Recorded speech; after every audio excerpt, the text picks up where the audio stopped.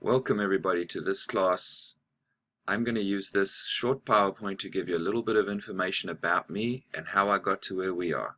I'm looking forward to working with you this semester and hope that I can address any needs that you have, and I hope that you leave the class having learned a significant amount that will help you in your practice.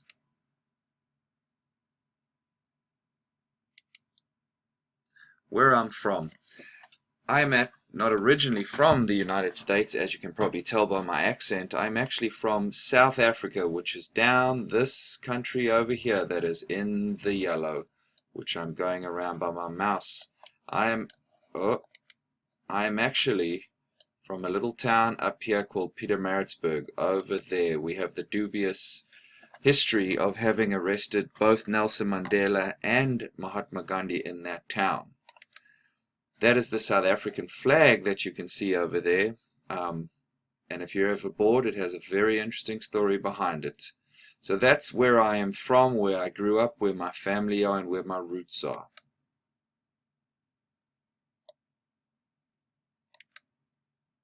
That is my mom and my brother.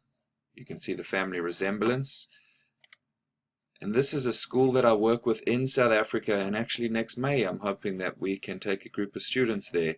It's in a formerly what we called the township schools from when South Africa was segregated. We had white, black, different schools, and that was in a township school, and I was there visiting, working with some teachers. And this is my sister. She actually is also a teacher, and she lives in Finland. And my brother is a teacher, so we come from a long line of teachers.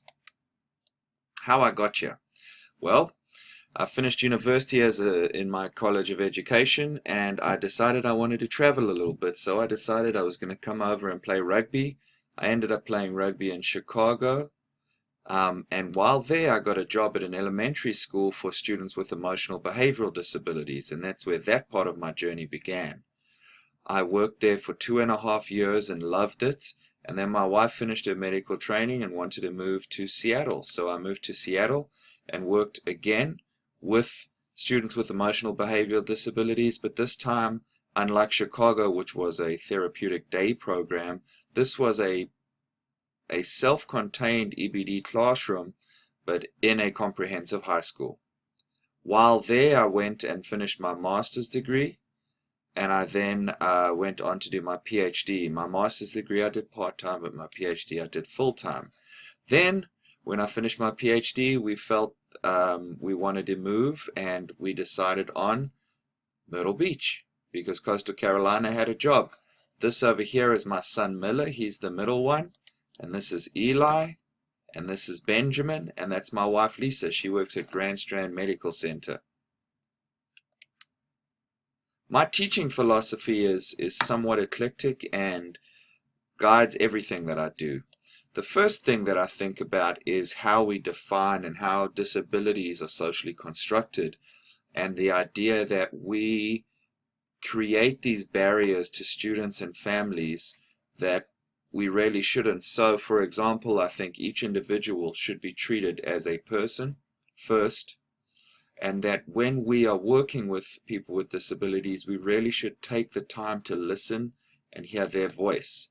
Another important part of who I identify within my teaching philosophy is that we embrace all diversity. So that includes religion, disability, race, class, gender, sexual orientation. I've spent a significant amount of time within the LGBTQ community, working as an advocate and an ally. And within special education, and I'm fortunate enough to have these two things come together. My hero is Nelson Mandela, and I try every day to emulate my life in a way in which shows his teachings and his philosophy. An important philosophy that Nelson Mandela had was the idea of Ubuntu. Whoopsie, sorry, gonna move that over there. Ubuntu, which is the idea that you cannot be human all by yourself, and that we are people through other people. So the way in which I treat you and you treat me is not necessarily a reflection on how good we are, but is a reflection of how we treat others. So we don't do it to be good, We do it because it's the right thing to do and because I am reflected in you. And that's what this quote I included for. Lastly, let's talk about what I expect from you in this class. I would like you to engage in the readings.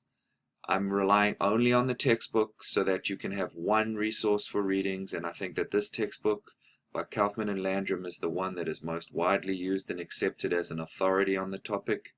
So we will continue reading on that and engage in that. I'd like you to communicate before you get upset.